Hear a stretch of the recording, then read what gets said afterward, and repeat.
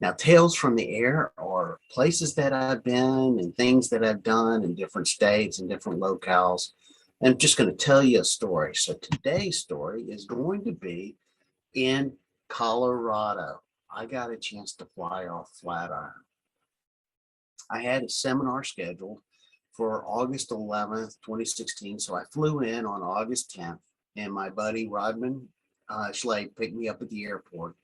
And he's like, hey, I've got a great place to fly. It's at Flatiron, and it's just outside of Boulder. So we jumped in the car and we drove past, the airport's Devil Horse, where they've got a big statue of a horse out in front of the Denver airport that's got ruby red eyes, scary looking as all get out. But we drove about 45 minutes up to Flatiron, and we parked the car and we walked out to one of the trails and was able to get my unique Q500 into the sky, and I was flying it around. It was absolutely beautiful. What a perfect day to fly. And one of the things that happened on this day was that I actually got a wind gust coming over the top of Flatiron, and it grabbed the drone and it started to drive the drone into the ground. And I looked at Rodman and I said, oh my God, dude, this is going to be it. That's it for my drone.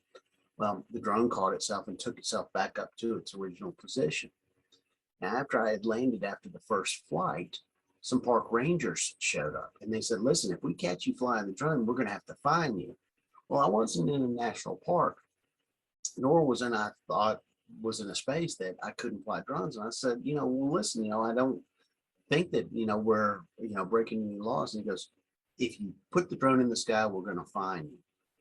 So I just said, well, I guess we're not flying today, even though I was able to get the footage that you're seeing right there first. So I'm just really glad they never saw me fly.